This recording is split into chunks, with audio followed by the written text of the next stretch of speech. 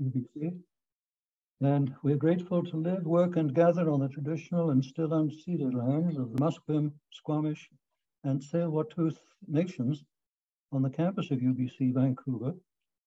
But also through the medium of Zoom, we are in relation with people from across many other traditional and unceded territories across the world. We're honored to live on these lands, are committed to reconciliation, decolonization, and building relationships in our communities and schools. The forum exists for the purpose of exploring the relation between faith, science, and scholarship. And in the person of Daniel K. Williams, Professor of History at the University of West Georgia, we have with us a guest speaker who is well equipped to guide us through his chosen field of expertise, that of the intersection between politics and political behavior and religion in North America. As we know from news releases, Jesus' Sermon on the Mount seems to have left little imprint on the political behavior of many conservative Christians in North America. Finding an answer to the question, how should Christians think about politics, seems more urgent today than ever before, and especially in the United States.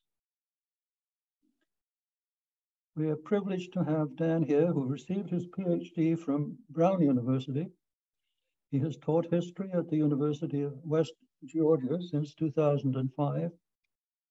He was the William E. Simon Visiting Fellow in Religion in Public Life at Princeton University in 2011 to 2012. He's author of many articles and books, including God's Own Party, The Making of the Christian Right, from Oxford University Press in 2010, which was the recipient of the 2011 Phi Alpha Theta Best First Book Award, The Election of Evangelical Jimmy Carter, Gerald Ford, and the Presidential Contest of 1976, published by the University Press of Kansas in 2020. And finally, and most relevantly to today's talk, The Politics of the Cross, a Christian alternative to partisanship, from Erdman's Press in 2021. Just a few brief housekeeping matters. During the Q&A session that follows the talk, would you kindly use the reaction button on your Zoom screen and select raise your hand, or use the chat button to register a question. Gordon Karkner will then pass your question on to our speaker. We would be grateful if you would use the Q&A session as an opportunity to ask concise questions and not as an opportunity to stage a party political broadcast. Dan, you are most welcome to be with us. The floor is yours. How should Christians think about politics? Well, thank you, Olaf. That was a very kind introduction, and I really appreciate the invitation to be with you. I've enjoyed the opportunity to talk with Gordon and Olaf just briefly, and I'm impressed at what you're doing. I've been involved in faith and scholarship efforts on a few different campuses, and I realize that many of you are probably facing challenges and trying to figure out how to live out your faith in your academic discipline, and most relevant for this evening, in politics. And that's what I want to talk about this evening. I realize, of course, that we are dealing with slightly different political systems between the US and Canada. There are a number of differences, but maybe one of the most obvious differences in recent years has been the role of religion in politics. And because I'm a historian of the United States, I've lived in the United States all my life. I've studied abroad, but have always been a citizen and resident of the United States. And because that's the focus of my own scholarship, much of what I'll be saying today, of course, pertains to the US context. I realize some of the things may be applicable to Canada as well, but probably the most valuable part of this will be, in addition to some broad principles that may be useful in your own context. A lot of the relevance of this work will be in understanding what's happening. Oftentimes some very strange things that seem to be happening in your neighbor to the south. And I look forward to having more of a dialogue with you during the Q&A. But this question of how a Christian should think about our world of partisan politics is something that interested me in graduate school and continues to interest me today. Most of my work, most of my academic work, has in some way related to this question. Because I come from a Christian faith background, I have rethought aspects of that faith background over the years that I've been an adult. I grew up in a rather conservative Christian environment, and then rethought some of those commitments in graduate school as I encountered writings from African-American Christians and realized there were other ways to look at Christianity. But I've continued to be very interested in the question of how we bring our Christian faith into the political realm in a pluralistic context. What does it mean for us to think as Christians about a particular political issue? And so my first book dealt with that from the context of the Christian right, looking at Christian conservatism and the alliance in the United States between theologically conservative evangelicals and politically conservative Republicans. And that book was God's Own Party. I then looked at the abortion issue and Defenders of the Unborn. And most recently, I've written a book that's specifically addressed to Christians called The Politics of the Cross, in which I try to look at not only what have Christians historically done, but also can we borrow something from Christian theology and even from biblical principles that might guide our understanding of what we should do in politics. And so in the course of this, I think I've seen that there are Christian principles that would incline us to take a skeptical view of politics. One of those Christian principles is the idea that we're citizens of a different kingdom. That's portrayed in some of the Hebrew scriptures, particularly in the writings of the book of Daniel, but also in the New Testament, where there are repeated references to the idea that we're citizens of a different kingdom. And so, of course, when Christians engage in politics, they're going to have the understanding that we're that the world that we see around us is not the only relevant world, that there is a heavenly kingdom that's also at work. And yet, at the same time that we have this obligation to a heavenly kingdom, we also understand that we are people who live in earthly kingdoms and in earthly political realms, and we have obligations to serve in those realms, to serve as people of prayer, at the very least, praying for our leaders. But in the United States, we also have the opportunity to vote. And the same thing, of course, is true for you in Canada. And that's both an opportunity and a danger. An opportunity because it gives us a chance to apply the scriptural mandate to pray for our leaders in a way that first century Christians could not. But it's also a danger because it can lead into sin, such as idolatry, equating our own nation or a particular party within our nation with the kingdom of God. And of course, that particular danger can manifest itself in Christian nationalism, among other problems.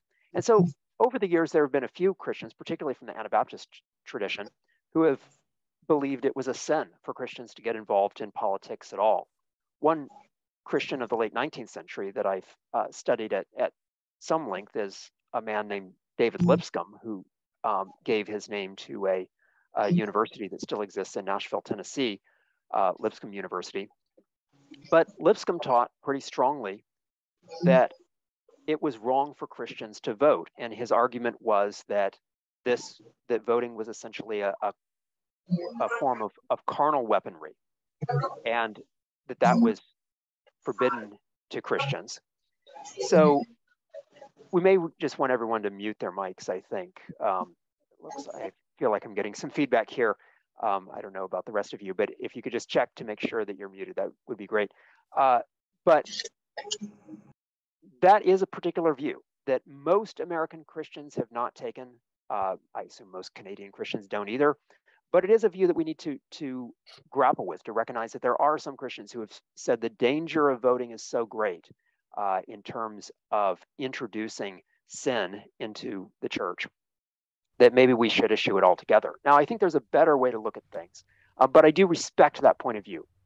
So I think though that when we deal with the question of politics, we have to find a way as Christians to both love our neighbors, serve our community, and at the same time, avoid the sort of behavior that leads to political idolatry. So as I've given this talk in the United States, or given alternative versions of this talk in the United States, and if it's a Christian audience, I'll summarize some central principles from my book, The Politics of the Cross, by saying that each of the two political parties in the US represents a different moral perspective. And you can see if this applies to Canada or not. I realize you have more than two major parties, but maybe some of these principles apply as well, that you have different moral perspectives between liberals and conservatives. But neither political party in the United States represents a consistently Christian moral perspective. And yet both political parties are supported by large numbers of Christians. Both of them draw on Christian principles. And both of them, if followed to their full degree, are forms of Christian heresy. So that is distortions of true Christian principles. So the more partisan a Christian is, the more they're in danger of participating in this form of political heresy. That doesn't mean that the two political parties in the United States are morally equivalent, but it does mean that neither party can be identified with the kingdom of God. So let me go over this by looking at two groups in particular, liberal Protestants and more conservative Protestants supporting the Democratic and Republican parties in the United States. And this will give you a quick overview, I think, of US politics and how the particular strand of religious conflict that we see in US politics has developed. In the early 19th century United States, the country was overwhelmingly Protestant, and most Protestants in the early 19th century took the view that there should not be church establishment. That is, there should be no official church supported by the government. But they favored a generically Protestant moral influence. And in fact, George Washington, in leaving office as president in 1796, said something that characterized a generally Protestant view of the country, saying that religion and morality are indispensable supports of the republic. One major historian of American religion, Nathan Hatch, in the book, The Democratization of American Christianity, argued that church disestablishment created a free religious marketplace that allowed religion to flourish. And so without government support and without government prohibition, without government restriction, religion in the United States flourished to a degree that was not seen in Europe at that time. And while Protestants disagreed vehemently with one another on contentious political issues in the early 19th century, especially the issue of slavery, nevertheless, there was this general Bible culture, as the historian Mark Knoll has described it, a widespread, mostly evangelical culture that influenced politics. And so it influenced the anti-slavery campaign. It also, unfortunately, influenced the pro-slavery campaign as well. But on the left, or in terms of liberal campaigns, we could say that over the course of the 19th and early 20th century, religion and particularly Christianity played a key role in the United States in the anti-slavery campaign, in the progressive movement of the early 20th century, of Franklin Roosevelt's New Deal in the 1930s, of the civil rights movement in the 1950s and 1960s, in the late 1960s in President Lyndon Johnson's War on Poverty and Great Society, and in opposition to the Vietnam War. But we could also say that religious political mobilization played a central role in prohibition, in opposition to abortion in recent years, in the election of Ronald Reagan and other conservative Republicans, and in the mobilization against gay rights and same-sex marriage. That on both the left and the right in the United States historically, one could find groups of Christians mobilizing in support of their particular cause and broadly sharing this general American Protestant belief that there should be no established churches, but at the same time, there should be Christian moral influence in politics. And Christians disagreed with each other over exactly how to prioritize their moral precepts, or even in some cases over what those moral precepts were when it came to issues like slavery, and actually when it came to most of these issues. So I want to just briefly look at two groups in the United States, and then we'll then look at a third group, Catholics, if we have time. But I'll try to look at Protestants who were more theologically liberal. Sometimes they're called liberal Protestants, sometimes they're called ecumenical Protestants, sometimes they're called mainline Protestants. And we'll look at their influence on what became the modern Democratic Party. And then I'll look at something that Olaf specifically asked me to talk about, which is the mobilization of the religious right among theologically conservative evangelicals, and something that, of course, resulted in an alliance with the Republican Party. The Democratic Party today has roots, theological roots that can be traced back to a long-standing liberal Protestant tradition that developed in the late 19th century.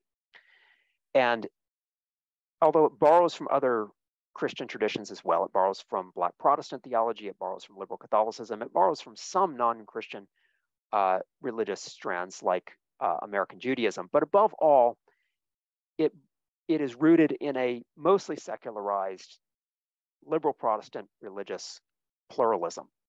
And that form of Christian theology can be traced back to the 1880s with the rise of the social gospel that was associated with people like New York Baptist minister Walter Rauschenbusch. A Baylor history professor, Andrea Turpin, has argued that liberal Protestants of the late 19th century were more horizontally oriented than vertically oriented. That is, they tended to care more about relations between people rather than individual conversion. And so they began distancing themselves from a historic evangelical emphasis on individual conversion, which had been the hallmark of the Second Great Awakening. Now, during the Second Great Awakening, many evangelicals also became involved in social reform causes like temperance or anti-slavery. And liberal Protestants then took those social reform causes and made those front and center of their campaigns. In particular, they believed that individual conversion alone was inadequate to solve the problems of America's cities, that there were structural problems in American society, structural inequities that needed to be addressed politically. And so to solve the problem of poverty, to solve the problem of homelessness, to solve the problem of children on the street, they turned to the political sphere. And Walter Rauschenbusch wrote a book called A Theology for the Social Gospel, in which he talked about God's kingdom being realized through this social action.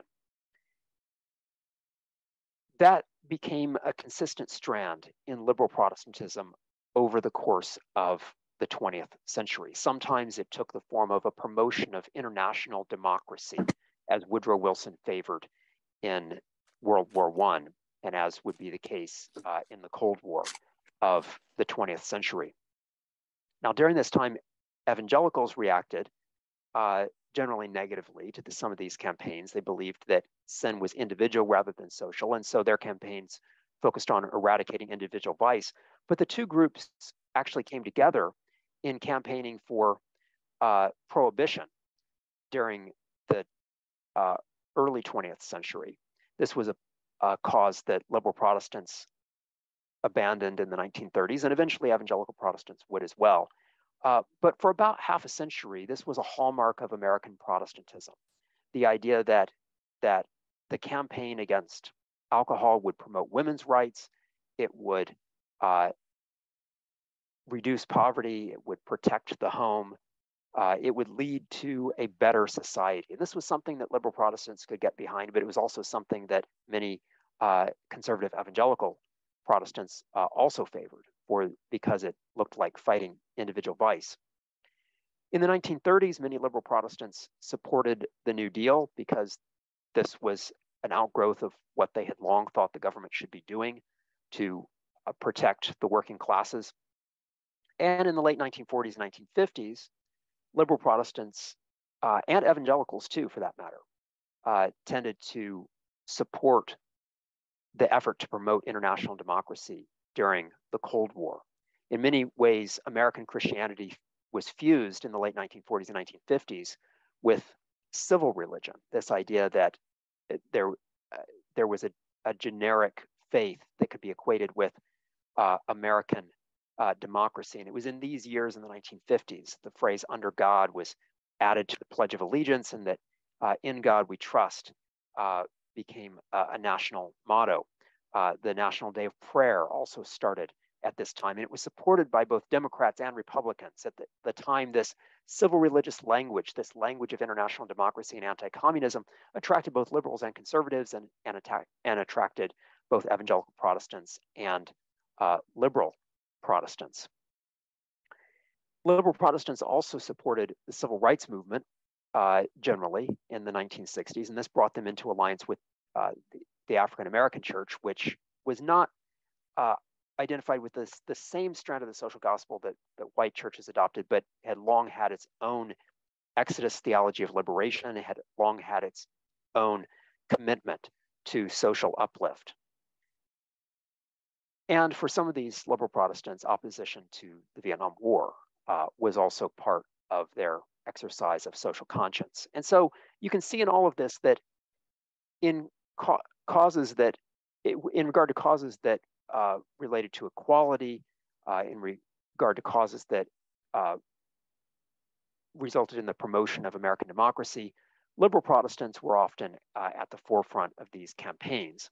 And today, many liberal Protestants have continued those trends in recent decades, campaigning against Middle Eastern wars, particularly the war in Iraq, advocating in favor of same-sex marriage, something that most evangelicals have opposed, and continuing this close relationship with the Black church. And all of those things have influenced the Democratic Party in the United States. So if you look at the liberal end of the political spectrum in the United States, you can find all of these causes that were associated with liberal Protestants becoming part of political platforms.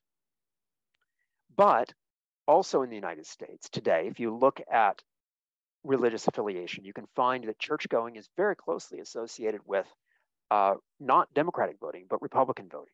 Now, why is that? Why is it the case that a party that was strongly influenced by liberal Protestant principles and by principles of religious ecumenism does not receive the support of most churchgoers? And the answer to that, I think, is that liberal Protestantism has experienced a numerical decline in terms of affiliation in the United States. That's actually similar to much of the rest of the Western world, including Canada, that church-going in general across the Western world has declined, and mainline Protestants have experienced the majority of that decline. So if you look at denominations like the Episcopal Church or the Methodist Church, you can find reductions in church attendance and membership over the last few decades as an older generation of church members have died out, and their baby boomer children and now Gen X and Gen Y grandchildren have not necessarily followed in the footsteps of their forebears in remaining in these churches. So the Democratic Party has experienced a secularization, at least among its white members. It still has very strong religious affiliation among African American members. But even though there are still plenty of white Democratic Christians in the United States, the Democratic Party, in comparison to the Republican Party, has become a more secularized party. But we could also say that the values of many secular liberal Democrats in the United States are very close to the values of religious liberal Protestants, that in many ways, the secular face of the Democratic Party is simply the face of historic liberal Protestant values translated into more secular language. So that was a very quick run through of liberal Protestants and American politics. But you may be even more interested in this question of why do so many American Christians vote conservative? Because as liberal Protestant denominations have declined, evangelical denominations in the United States have expanded. That was especially true in the 1970s, but it's still the case today that evangelicals are generally holding their own in terms of the percentage of Americans who identify as belonging to this particular religious tradition. And in recent years, in recent decades, evangelical Protestants have become increasingly committed to the Republican Party. And by the way, when I say evangelical Protestant, I generally mean white evangelical Protestant or a member of a denomination or religious tradition that has historically been dominated by whites. There's a very vibrant Black Protestant tradition that, while evangelical in its theology, has been very different in its politics. And if we'd had more time, it would have spent more time on Black Protestants as well. But I may have to give Black Protestants the quick 60-second treatment toward the end of this quick survey. But I'll say a bit more about white Protestants, white evangelical Protestants, that is. White evangelical Protestants had leaned conservative in certain cases for quite some time before the rise of the religious right, but this became especially apparent in the 1950s. In the 1950s, a number of Midwestern white evangelicals in particular, and some white evangelicals from the Sun Belt, like Billy Graham, supported the Republican Party as the party of Protestant morality. It was during the 40s and 50s that, even though evangelical Protestants still strongly emphasized individual conversion, they also linked that individual conversion with anti-communism and the preservation of the family, as Billy Graham did, and that tended to take them into politics. And during the 60s, it became apparent that their particular commitment to politics was going to take them in a very different direction than that of liberal Protestants. As liberal Protestant ministers were strongly supporting the civil rights movement and criticizing the Vietnam War, white evangelicals remained overwhelmingly supportive of the Vietnam War and somewhat critical of the civil rights movement. Billy Graham, for instance, was critical of the civil rights marches, though generally in favor, at least in the abstract, of civil rights legislation, but not making that nearly as much of a priority as many liberal Protestants did. What particularly upset white evangelicals in the late 1960s and 1970s was not so much the issue of civil rights violations or of a foreign war, as had been the case for liberal Protestants. Instead, it was the sexual revolution. Now, most liberal Protestants weren't strongly in favor of the sexual revolution. They were critical of the rise of public acceptance of premarital sex. They worried about sexual promiscuity. But because of their strong emphasis on structural sin, liberal Protestants didn't see the sexual revolution in nearly the same terms, as nearly the same threat as white evangelicals did, with their strong historic influence on individual personal behavior. And because white evangelicals had been focusing on defending the family for some time anyway, they saw the sexual revolution and the feminist movement, which many liberal Protestants supported, as threats to the family.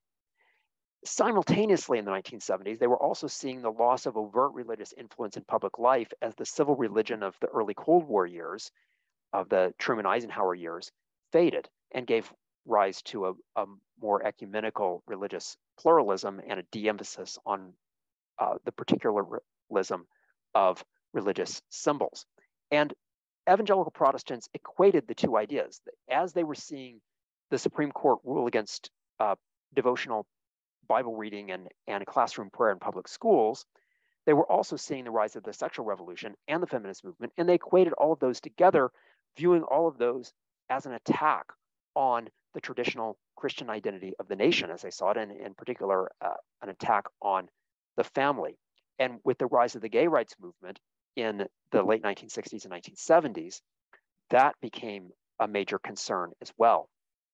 Abortion was not necessarily their initial reason for getting involved in politics, but not long after Roe v. Wade, they came to see the Supreme Court's decision in that case as another example, and eventually they would see it as the primary example of a government that had turned against God and had turned against the family and had given way to the sexual revolution.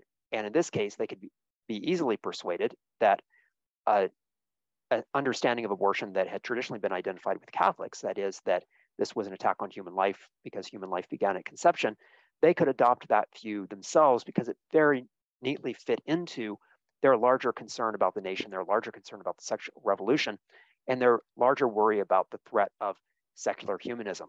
And Francis Schaeffer, who was very instrumental in convincing American evangelicals to care about the issue of abortion, was also very instrumental in helping them see the relationship between all of these things as part of a concerted secular humanist attack on traditional Christian values in the West. Francis Schaeffer was an evangelical Presbyterian missionary in Switzerland, but he had an enormous influence on a lot of evangelicals in the United States, as well as in Europe and elsewhere. So white evangelicals became mobilized for conservative causes. More than 80% of white evangelical voters supported Richard Nixon in 1972. Many of them later regretted that particular choice when it became apparent that Richard Nixon was actually not quite the person they had thought that he was, and when news of the Watergate scandal broke not long after the election. But nevertheless, that commitment to conservative Republican values remained, and it was heightened through organizations such as the Moral Majority, which was founded in 1979.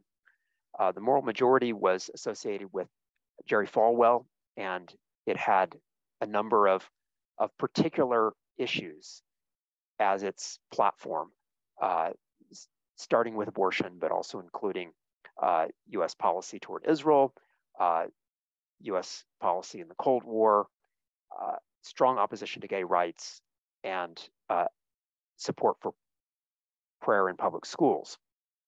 And Jerry Falwell, who had been voting Republican anyway, saw Ronald Reagan as the candidate who would most likely champion those particular issues. And so evangelicals in large numbers turned against a Southern Baptist, Jimmy Carter, and voted instead for Ronald Reagan. About 2/3 of white evangelical voters in 1980 supported Reagan over Carter, and that commitment to the Republican Party would increase over Reagan's time in office and beyond. In many ways, evangelicals who were associated with the Moral Majority saw Reagan as someone who would protect the family against the intrusion of the state. Not all white evangelicals signed on to the Moral Majority by any means. Christianity Today was somewhat critical of that, but a much larger number were still Republican or Republican-leaning, especially as it became apparent to many white evangelicals that the Democratic Party was going to be strongly in favor of gay rights, which they believed were very problematic, and strongly supportive of abortion rights as well. Now, on the issue of abortion, which had started more as a Catholic concern than a Protestant concern, though there were always some Protestants in the movement in the late 1960s and early 1970s. Nevertheless, originally that political divide did not fall along left-right lines because the majority of Catholics were Democrats in the late 1960s, and many of them actually were strongly supportive of the New Deal and an expanded social welfare state. You can see one of the most active pro-life activists of the early 1970s, Father Paul Marks, is shown here wearing a peace pen in protest against the Vietnam War, while he's also lecturing against the sexual revolution and abortion. That was not an uncommon combination among pro-life activists in the early 1970s, many of whom wanted to see a consistent pro-life ethic that would also be applied to issues like capital punishment and the Vietnam War. And so this more liberal-leaning pro-life movement attracted, for at least a short time, some support from the political left, from people like Senator Ted Kennedy, who wrote in 1971 that American society had a duty to, quote, fulfill its responsibility to its children from the very moment of conception. And the civil rights activist Jesse Jackson, who went so far as to write articles for pro-life publications. But that changed in the late 1970s and 1980s as the Republican Party picked up the issue of abortion, and the Democratic Party endorsed the Roe v. Wade decision. And evangelical Protestants played a role in this political shift, because evangelical Protestants did not necessarily see the abortion issue as a holistic life issue. They tended more to see it as a regulation of an individual vice or individual evil. And so Francis Schaeffer, who was an evangelical who popularized the pro-life movement among conservative Protestants, tended to frame this as a defense of moral absolutes against a relativistic Supreme Court. And so evangelicals became very receptive to the idea that the best way to fight abortion was to change the Supreme Court so that Roe v. Wade would be overturned. And that effort ended up being quite successful. In 1973, Roe v. Wade had been decided as a 7-2 decision.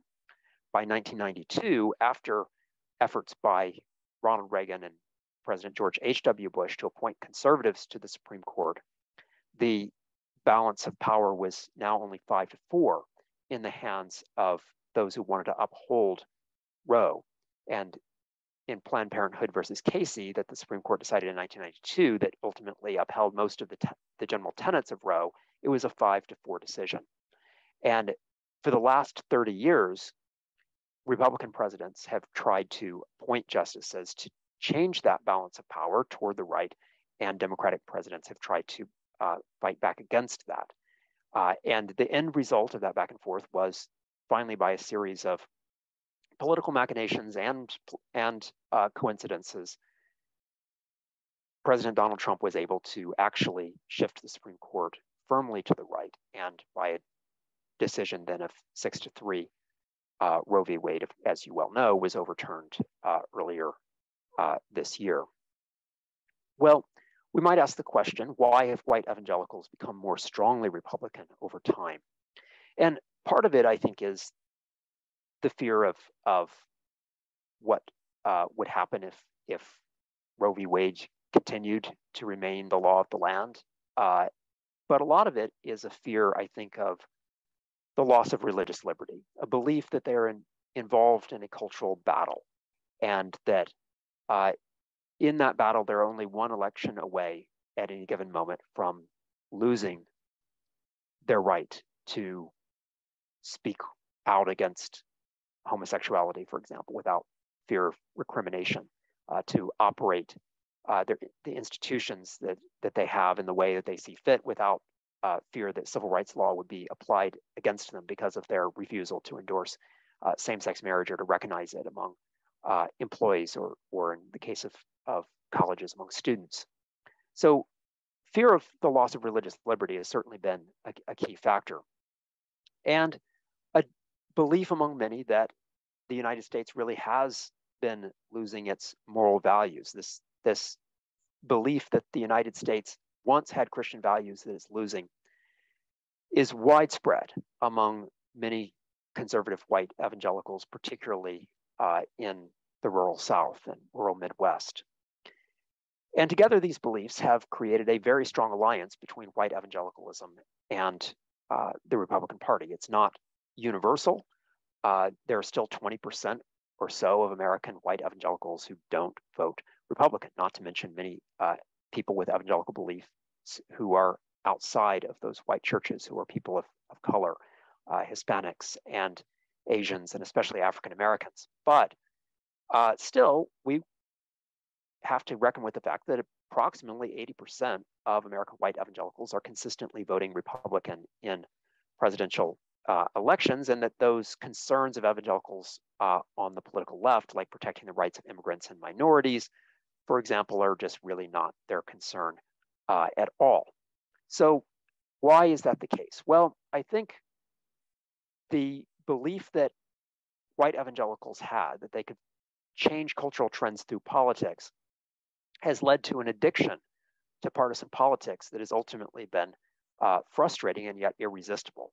That is, evangelicals have found that simply capturing control of a party, or even capturing control of the White House or Congress, is not enough to change a cultural trend, and yet it does offer substantive policy results because of their efforts Roe v. Wade really was overturned, and a number of states have made abortion illegal. And so there are substantive policy results. And yet, in the midst of this, because this is actually not creating cultural change, there's a frustration and a heightened fear that then leads to Republican voting in yet another cycle. There's also the case that we can't ignore that there's been a regional shift in American evangelicalism. In the 1970s, the intellectual center of evangelicalism was largely in the northern Midwest, in the Chicago area, and to a lesser extent in the Grand Rapids, Michigan area. And that has changed. First of all, the center of evangelical influence shifted in the late 70s and 80s and 90s to the Sun Belt, to the cities and suburbs, mostly suburbs of the country, from Atlanta to Los Angeles. But in the last decade, it's increasingly shifting to the rural South. And today, 60% of people who are born again Christians who go to church and who take a conservative view of the Bible, that is, they believe it's either the Word of God or inspired of God, one of those two choices. Those people, according to the General Social Survey, live mostly in the South. 60% of them are in the South. And so when we have such an inordinate concentration of this brand of Christianity in a particular region of the country, it's not too surprising that the historic politics of that region, which have been heavily based on racially polarized lines, for example, that those concerns would blend into the church culture as well.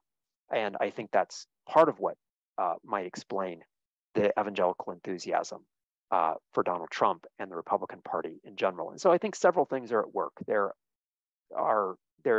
is a genuine, longstanding evangelical concern dating back to the 1970s about abortion, about the cultural direction of the country. And there's also an increasing regionalism that has contributed to this political polarization. I don't want to take too much of your time. I want to make sure that we move into Q&A, but briefly, I could say that there are some groups that are outside of this divide that I've talked about. One of those groups would be American Catholics, who have tended to be shaped by the values of an immigrant, of a historically immigrant church, who have championed a version of a social gospel that in the early 20th century was manifested in the idea of a living wage, in an expansion of a social welfare state, support for the New Deal, and in the late 20th century with opposition to nuclear arms buildup, but at the same time has been marked by a very strong defense of unborn human life and opposition to the sexual revolution. And Catholics have tended to split their vote, though white Catholics tend to lean Republican, though in much lesser numbers than white evangelicals. African-American Protestants have tended to be shaped very much by their historic theology of the Exodus, that God is at work among the poor, among the marginalized, and is working to bring about social justice in American society today, or in the world at large today. So there's a combination with a fairly conservative view of the Bible and historic evangelical tenets of individual conversion with a social gospel-oriented ethic. But much of the political polarization that we see is driven by these two historically white groups, liberal Protestants and conservative evangelical Protestants, who have not seen eye to eye on the political issues. And so in the United States today, liberal Protestants have significant ideological influence, but declining institutional power as their numbers have decreased. Many theologically faithful Catholics have found themselves without a political home. The evangelical left, and increasingly the evangelical center, has found itself politically and religiously isolated, particularly as the politics of white evangelicalism become more regionally concentrated and more extreme. And white evangelicals feel culturally beleaguered, at war with secular liberalism, but with no real lasting cultural victories in sight, at least, even though they've gained some political victories. So what does this all mean for us today as Christians? For you in Canada, for me in the United States, for us as we think about how to live out our calling as followers of Jesus. I think to take us back to those scriptures that we looked at very briefly at the beginning, we recognize that our real citizenship is in heaven and our loyalty is to the kingdom of Jesus Christ. And that other Christians may make different political choices than we do. The platforms of both parties include both Christian truth and Christian heresies in the United States. I imagine the same thing is true in Canada. And we can't, therefore, identify the cause of Christ with any single political party. But we do have a responsibility to love our neighbors. And some of that responsibility will be carried out, perhaps, at the voting booth. So as we think about voting, we can prayerfully and thoughtfully consider the alternatives that we're presented with, and then with humility and love, and with the purpose of revealing the kingdom of God to others, we can vote with love for our neighbor in mind and vote against those inclinations toward self-interest that too often cloud our political decision-making. So I'd love to hear your thoughts, and I'll open this up to Q&A, to discussion, and we can talk further about whatever questions might interest you.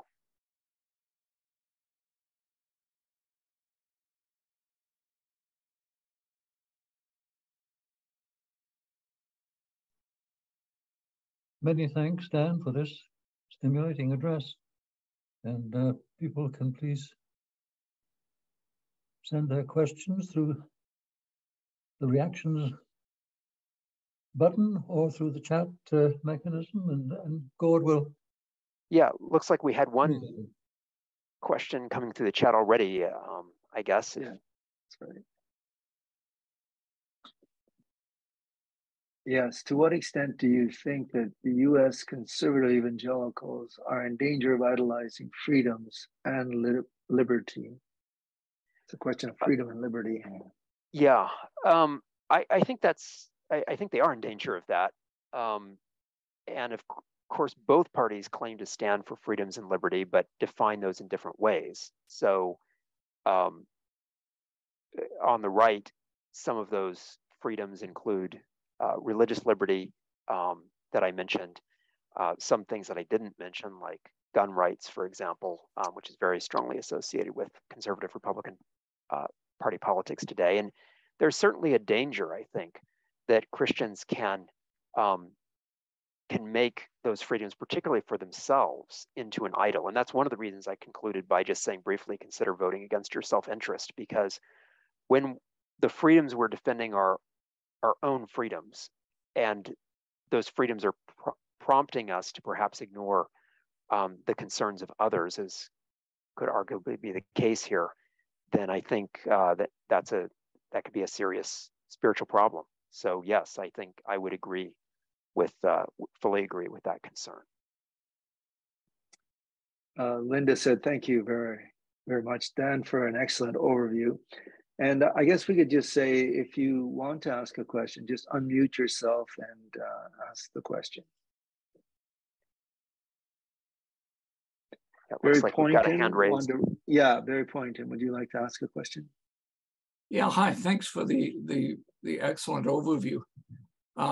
It seems like one of the contours related to the last question is the conservative Christians binding themselves to libertarian thought, and that it seemed to be a libertarian movement as the political arm of the corporate America. How did this start?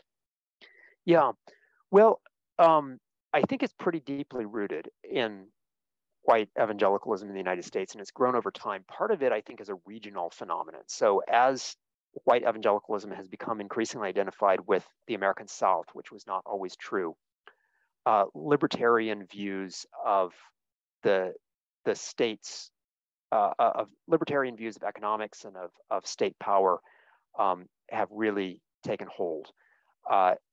So in the American South, strong suspicions of the federal government, of course, predate the Civil War.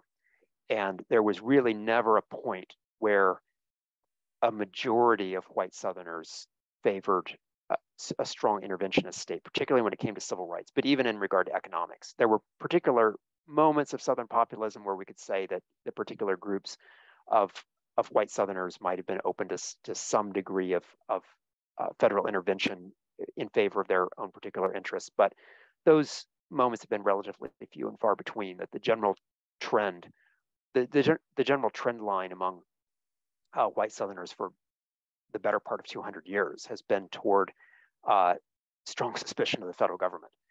And so if we have a religious movement that was once more diffusely distributed in the United States, but has become increasingly regionally isolated, where we have about 60% of people with evangelical beliefs concentrated in one particular region of the country, then it's not too surprising that we would see a fusion of these regional beliefs and Christianity without people realizing that that's what they're doing, that they're not necessarily getting these beliefs directly from the Bible or from traditional Christian theology, but from their own region's presuppositions. So that's one of the things that's going on. The other thing I think is that evangelicalism itself has tended to be, especially among whites, has tended to be an individualistically focused religion just because of the historic emphasis on the power of individual conversion.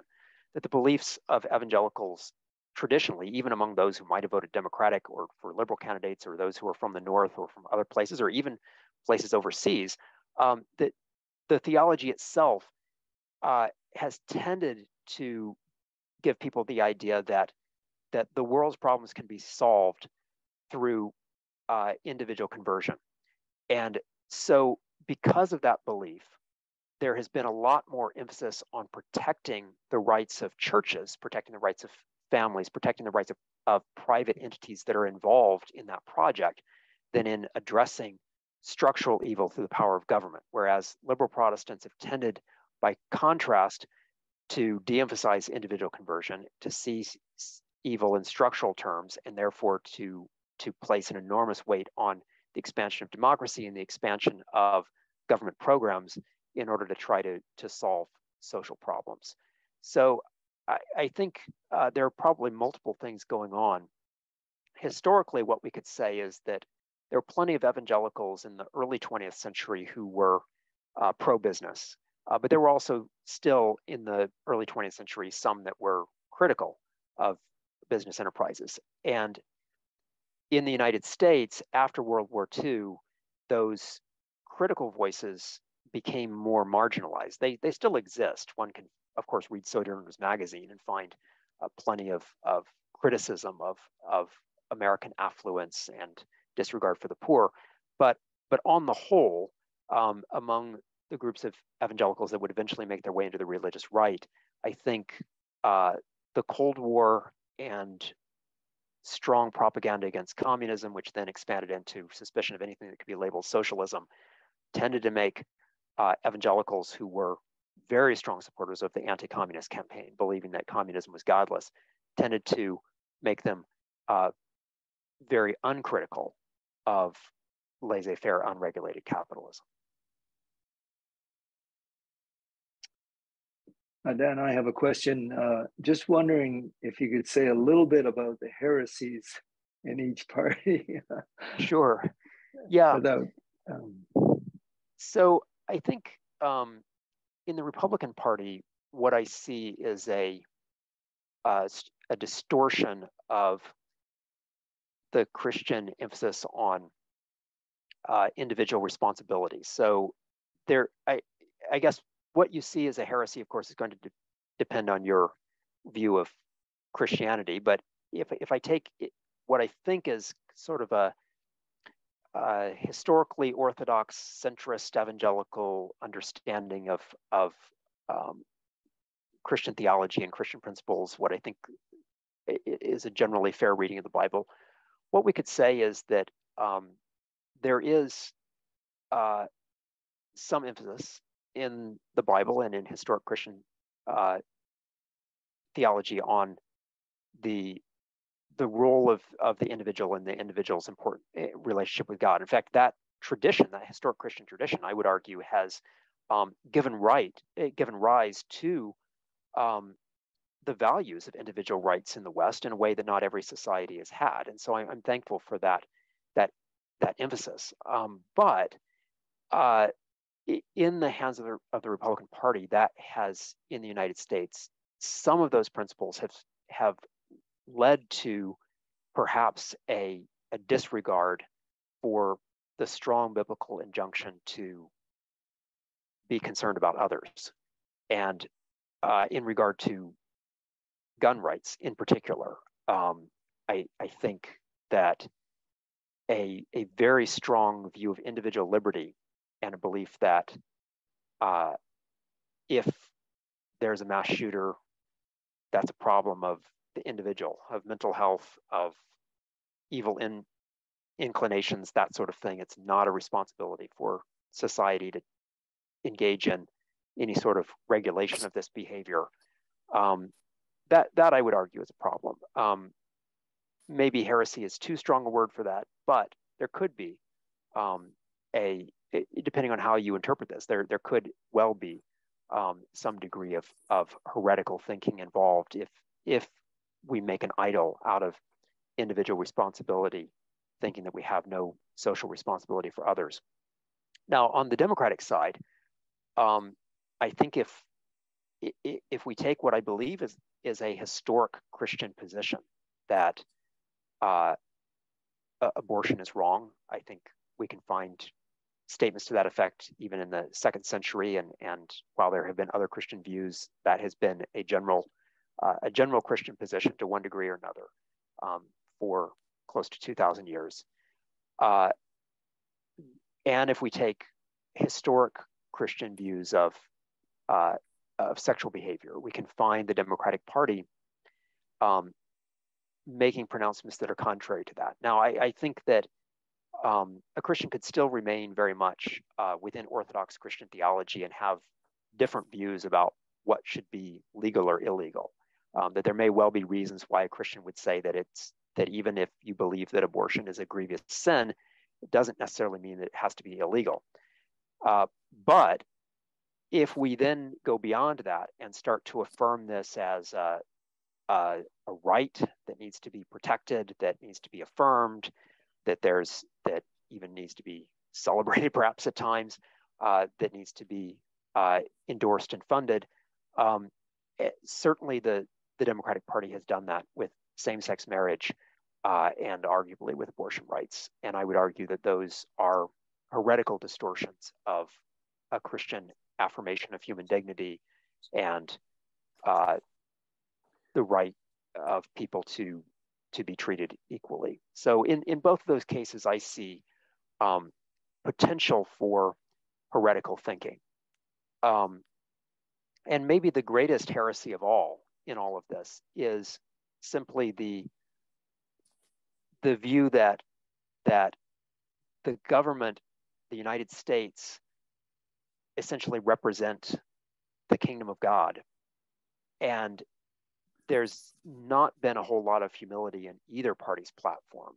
There has not been a recognition of God's sovereignty, of God's role in human affairs. And instead, when God is invoked, as God often is invoked in Republican Party platforms, it's really been an almost blasphemous use of God to simply endorse political positions. A civil religion that subverts God to American democracy, or in the case of the Democrats, a distortion of the view that we're involved in God's kingdom, God's projects, and we make that into a human effort. So again, I think Christians need to work within the political parties. I think there's nothing wrong with voting for a particular party most or all of the time, choosing one over the other. But if we start to accept a platform wholesale and to identify these moral principles with our moral principles, we're likely to end up with distortions somewhere.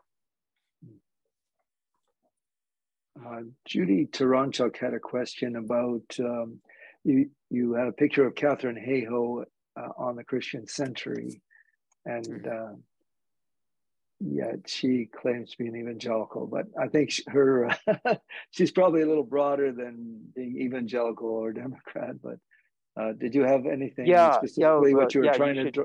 Okay, yeah, what were you getting that's at there with Catherine Hale? well, okay, so you're right. She does identify as an evangelical. I've heard her speak actually, and that's let me see if I can go back to that.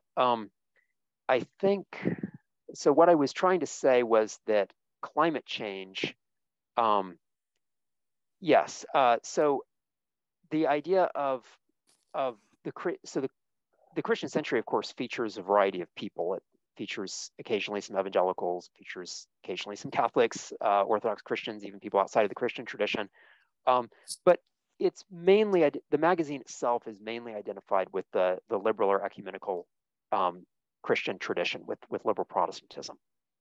And if you look at, and so maybe this wasn't the best Christian century cover to show, to illustrate this, but what I was trying to show is that if you read the Christian century over the course of a year and you read a magazine of news commentary that's very secular, that's on the political left in the United States over the course of a year, like The Nation, for example, and you compare the two magazines are talking about the same set of political concerns. When they make political pronouncements or they run political editorials, they're essentially on the same page.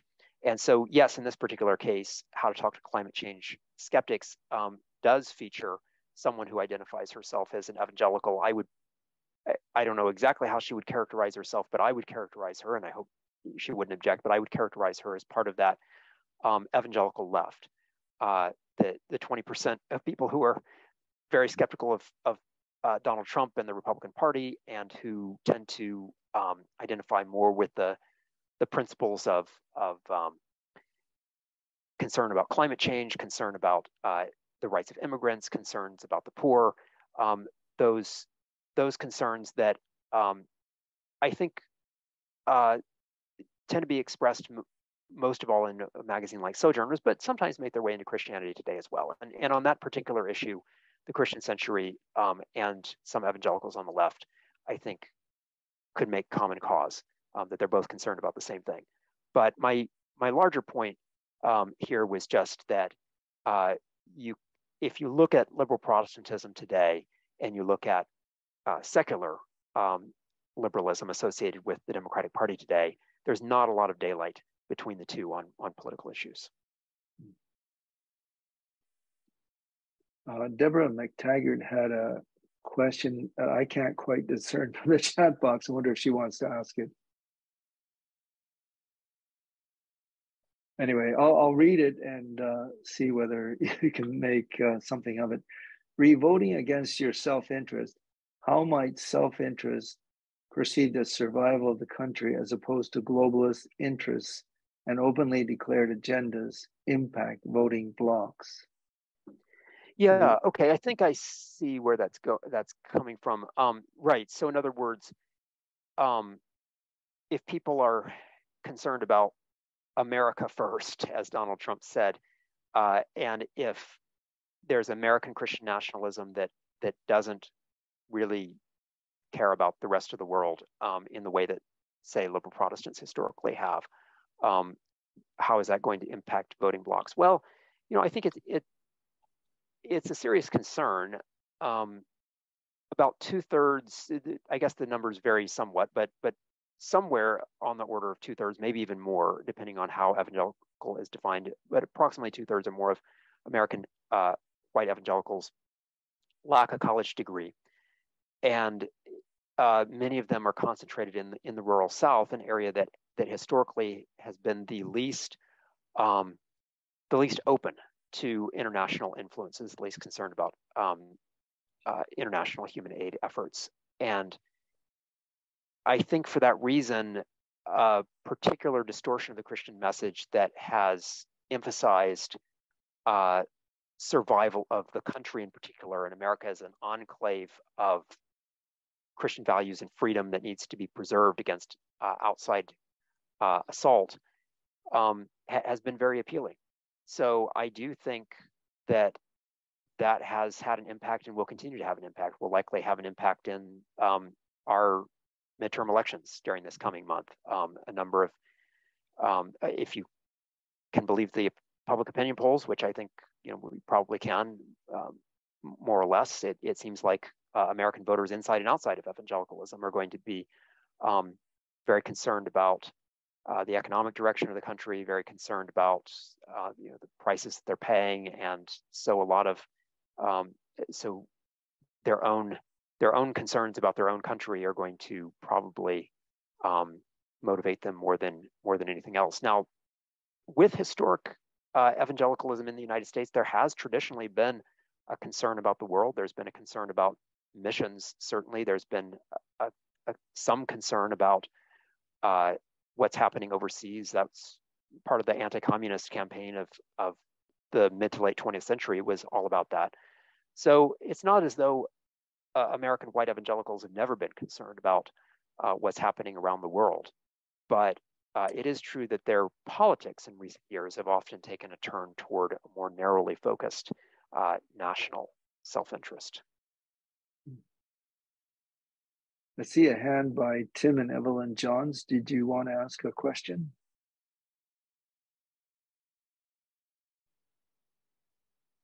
Mute yourself, please. I'm just trying to unmute. Yeah, I'm sorry. Did you? There sorry, you go. I was just writing it into chat, but I'll ask it instead. Dan, thank you very much. Dan, what do you think about the proliferation of Christian extremes? For example, the charismatic prophetic channels, which are being spread through the modern media and algorithms with their ubiquitous reach. Yeah. Do you think that's a real cause for concern, and how should it be handled? Right, I do. I think,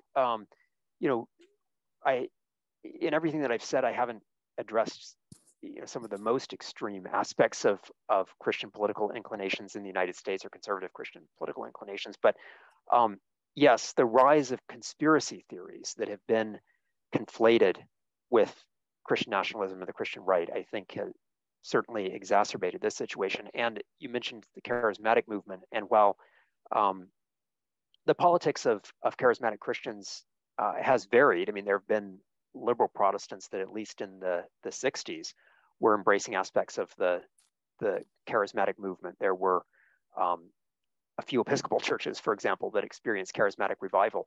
Nevertheless, despite that, in recent decades, charismatic Christianity has been disproportionately associated with right-wing politics in the United States. That is, at least when it's associated with whites. There is also a vibrant aspect of African-American charismatic politics or charismatic Christianity that maybe is associated with a different side of the political spectrum. But at least among whites, charismatic Christianity has sometimes given rise to more extreme political movements and political choices, partly because charismatic Christians have been inclined to see the world in terms of spiritual warfare against the demonic. And so not only do you have moral issues on the ballot, you actually have spiritual warfare on the ballot. And the idea that perhaps the demonic is involved in orchestrating certain things, or that people who are associated with the wrong side of the political spectrum might be engaged in satanic activity, maybe in child sexual abuse or other things, which have certainly been part of some of these conspiracy theories in the last 5 years or so, that can be credible. That can be considered credible to some people. And so I certainly think that while the rise of conspiracy theories is not a unique phenomenon of evangelicalism, it's a general problem of the U.S. Social media landscape these days, and particularly for some younger social media users in particular, embracing some highly outlandish conspiracy theories. Nevertheless, there have been studies that have shown that evangelical Christians in the U.S. have been more likely than non-evangelicals to believe conspiracy theories, particularly when they relate to the political messages that they tended to believe anyway. So yes, I think that has made a difficult situation worse, and of course reduces the possibility of dialogue across the aisle. one of my goals in trying to give this presentation in various forums is to try to promote better understanding of the other side's political concerns. But certainly if there's a distorted view of those concerns to the point that people are embracing conspiracy theories that are just demonstrably false, then that obviously makes that sort of interpolitical, interreligious dialogue that much more difficult. I'd Thank really you very like, much. oh, David, did you have a question? I did, yes. Thank you very much indeed, Dan, for a very well-balanced presentation, which I think does exemplify what you just said about wanting to present each side in a non-partisan manner. I think you succeeded very well.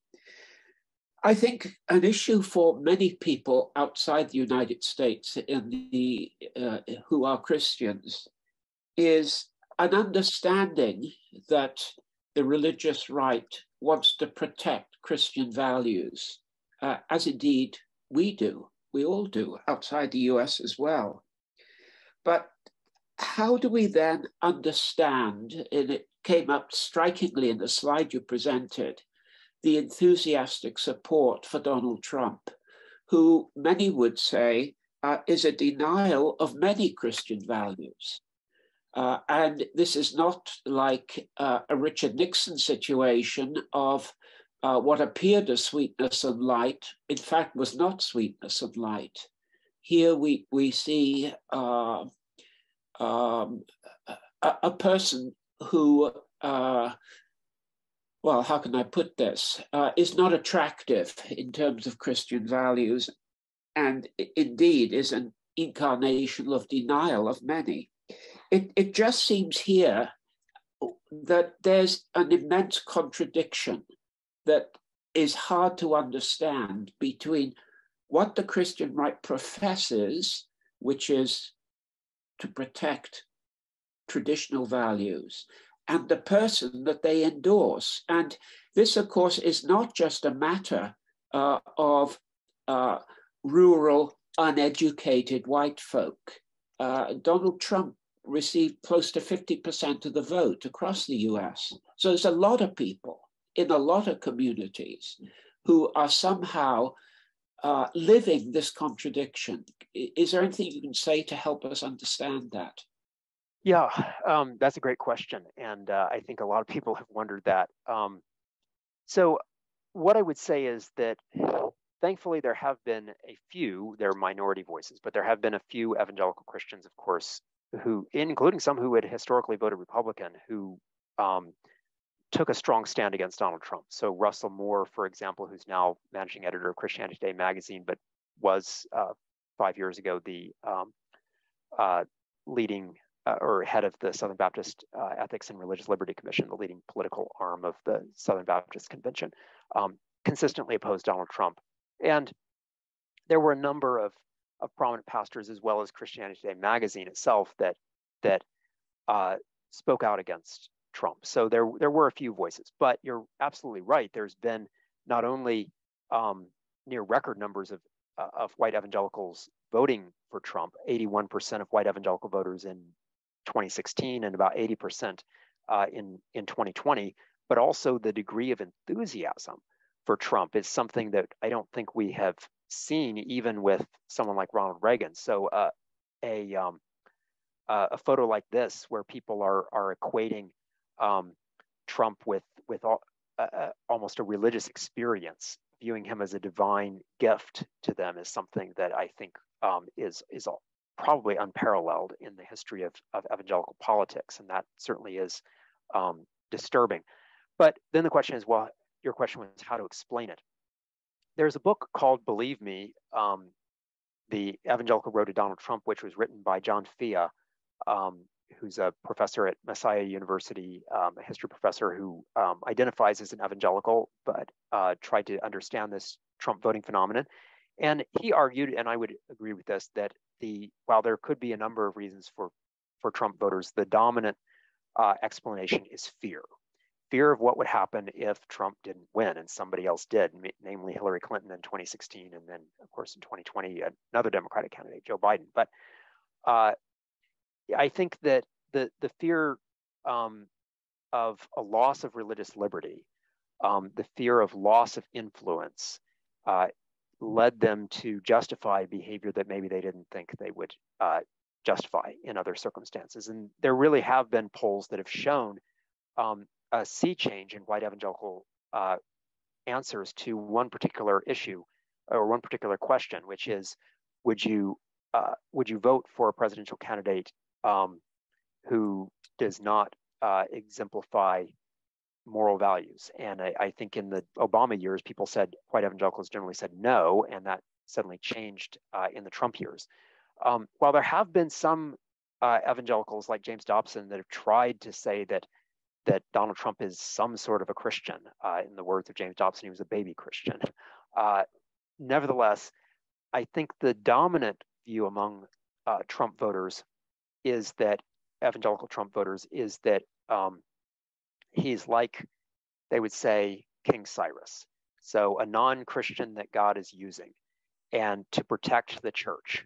And they see him, so they see his loud and vulgar behavior as a welcome sign that they have a bulldog in their court, so to speak, that, you know, maybe he's not going to heaven, but he can protect the people who are, and they think they need that. So I think that's how they would justify it. They tend to, you know, like almost any voter, you tend to minimize the flaws of the person that you're supporting. Once you make that decision, then you're less likely, once you become committed to a candidate, you're less likely to perhaps believe the worst about them. And so evangelicals have tended to excuse a lot of things that Trump has done, even while admitting that, you know, a few things are perhaps morally problematic. But the bottom line, I would say, the fundamental reason why they have so strongly advocated voting for Trump is that they see him as the only means to an end, the only means to protect the church, the only means to protect Christian religious freedom, the only way to protect against cultural decline, the continued, in their view, the continued explosion of the LGBTQ movement, and the only way to change the Supreme Court.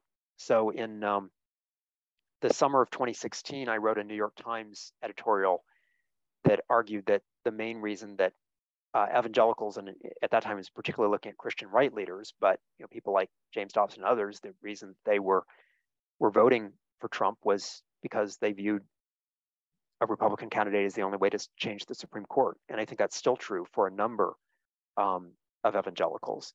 But there are also, of course, evangelicals that supported him more enthusiastically. And for those enthusiastic Trump voters, I think there's a sense that their interests and the white evangelical church's interests in general are under siege, and this is the man who will protect them. Great. I just wonder if you had 5 minutes to say about the Black church and who's in leadership of the Black church today, and what kind of stance are they taking politically in this very challenging environment? Yeah. You know, the Black church, I think, unfortunately, is more fragmented than it has been historically, and is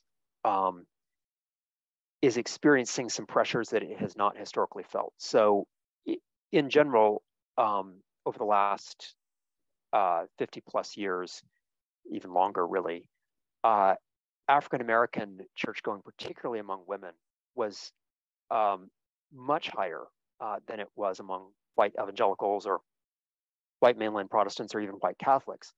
And that has started to change among the younger generation, particularly among African-American men, but to a certain extent among African-American women. So about 25% of African-Americans today are just totally secular. They never go to church. And that's a fairly high percentage. Now, it's still the case that African Americans go to church at higher rates than whites.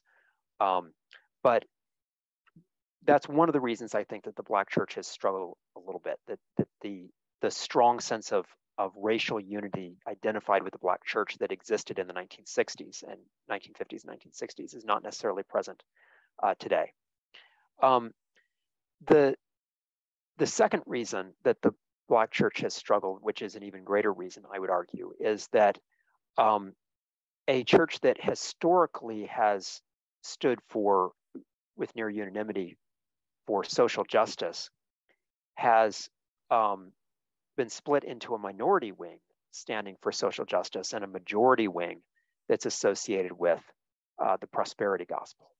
So the fast growing areas of African-American church growth are associated with non-denominational megachurches, with pastors like Creflo Dollar and others who are preaching a very individualistic gospel, and one that I would actually view as a distortion in many ways of biblical Christianity, and an unfortunate one, but one that essentially promises individual blessings if you step out on faith.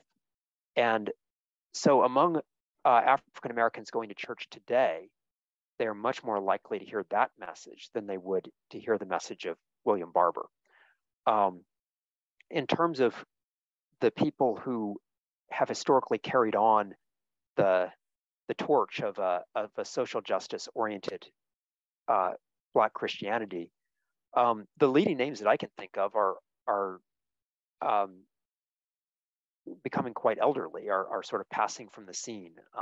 People like William Barber and Jesse Jackson and others that their heyday was probably at some point in the past, and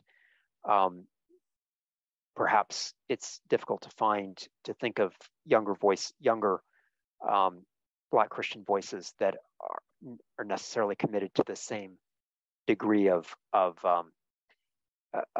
social justice. Of course, there's Raphael Warnock, who's pastor of Ebenezer Baptist Church, and of course is in the Senate and running for re-election as a senator from Georgia. And that's an interesting example of someone whose message of social justice led him into political office. That hasn't been necessarily the traditional path, though. Of course, Jesse Jackson did run for president himself a couple times, and his son was in Congress. But nevertheless, that's the path that Raphael Warnock took, and Raphael Warnock would very much, I think, identify with the Black Christian politics on the left. Most African American Christians that have retained some aspect of this social justice message have not necessarily been as liberal, especially on issues like abortion, as Raphael Warnock or Ebenezer Baptist Church is. They've tended to be a little more conservative on at least some of those issues, but at the same time, they haven't necessarily had quite as much national influence on social justice issues as someone like Raphael Warnock either.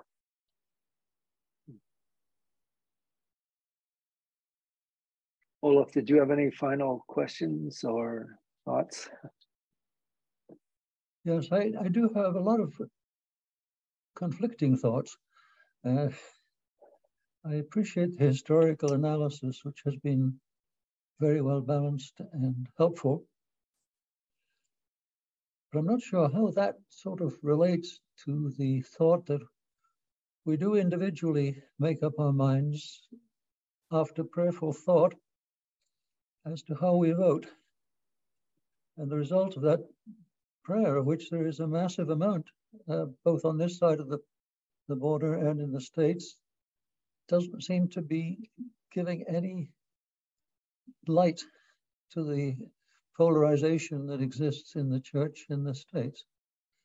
And I'm not suggesting that we are not polarized here. We also are polarized in a slightly different fashion. So the question is, this sounds like a party political broadcast, which I was urging people not to engage in. But frankly,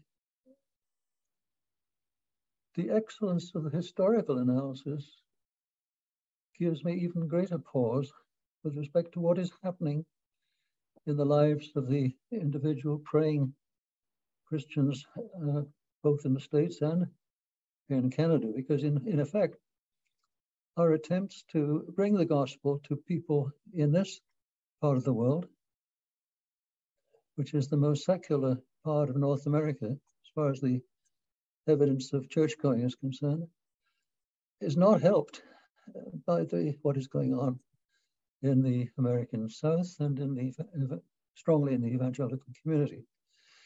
So it's a thought that is a little bit confusing for me to pose a straight question, but I want to thank you very much for the historical perspective and ask you to maybe think further for us about the existential question of how this polarization gets strengthened, even in the face of massive prayer support and prayer concern Right. across North America. Yeah. Yeah, it's a good question. It's a difficult question. I remember more than 10 years ago, I was asked by a campus Christian group at my university to give a talk right before the November elections about Christian voting. And I gave a talk that wasn't this well developed. I only had about 10 minutes, but I think that as I recall, the message that I wanted to impart to the students was there's not just one Christian way to vote, that Christians are going to differ and differ even after prayer and thoughtful reflection and reading the Bible and thinking about all the things that Christians should think about. They still might come to different conclusions. And so a student came to me privately right after the meeting and came up to the front and was a little disturbed by that and said, well, why wouldn't God just guide us to the right candidate or the right platform? And I think, that's a question that has broader implications as well. I mean, I think we all know that people can pray for God's guidance in choice of the person to marry, in choice of job, and all of those things. And you can look back and say, I don't know if I got it right. Sadly, in some cases where people, or at least the answer was not exactly what it didn't seem like a straight line. And, I think part of the answer may be that God wants us to use wisdom and discernment, that God is not just, in most cases, not just going to supernaturally reveal one particular answer. And that's especially true with party politics. But I guess one of the things that we can realize as Christians is that God's sovereignty over national affairs or international affairs often involves calculations and things that can be very difficult for those living through those events. So as difficult as these times are, they're not obviously the most difficult that any Christian has ever faced in terms of politics. That there have been Christians who were living in Germany in the early 1930s, for example, seeing their country move in a direction that rightfully disturbed them, as it disturbed Karl Barth, for example, and other Christians who were resisting the Nazi influence, and seeing actually the majority of Christians not caring or even embracing this. And so the idea that Christians could live in a country that is nominally Christian or just verging on post-Christian, but still retaining some semblance of Christianity, and seeing Christians around them make choices that they know are wrong or they strongly believe are wrong, should not be unfamiliar to us if we study history and we're aware of what has happened in the past. And so then the question is, well, what responsibility do Christians have in that situation to act on their convictions, even if those convictions may be different from many of the Christians around them? And I think the answer is that we need to listen with respect to others, but then also provide theologically reasoned, biblically informed arguments for our point of view. And in your case, you've just provided one argument, which I think would be it would that a lot of Christians who embrace more conservative platforms in the U.S. would do well to acknowledge, which is that the victories, say, for the anti-abortion cause in one region of the United States are likely to result in more difficulty for that cause, or more difficulty for just the gospel in general, in other regions of the United States, let alone Canada. So if we think in this holistic, with this holistic perspective, we realize that maybe what could be best for the advancement of the gospel, and even best for the advancement of particular moral causes, may not always be legislation that would ostensibly stop this behavior, or at least the argument is take a public stand against this behavior in one particular region. So I think that the more that we talk about these things, the better. And I would encourage you to make that argument to your friends, or to people you know, or to anyone who's sort of wrestling with these questions. And at the same time, while I fully understand the activities of the Christian right and Trump voters in particular probably do make it more difficult to spread the Christian gospel elsewhere, it's also really important for us to distinguish the message of Jesus from the behavior, political or otherwise, of any individual group of Christians, because obviously there will never be a time in history until Jesus returns when we can't find significant numbers of Christians behaving in a manner that's unwise and maybe even sinful. But I understand it makes it difficult, and it especially makes it difficult for you, I'm sure, when the people who are engaged in this behavior are not even people that you have direct influence over. They're people in another country to your south who are behaving in ways that really seem, quite foolish, and maybe quite foolish. But I think, we'll see what God uses all of this for, and we know, I think, that God will ultimately use all of this for God's glory. But the path to getting there, could be difficult, treacherous, may even involve some degree of personal pain on our parts. We'll see.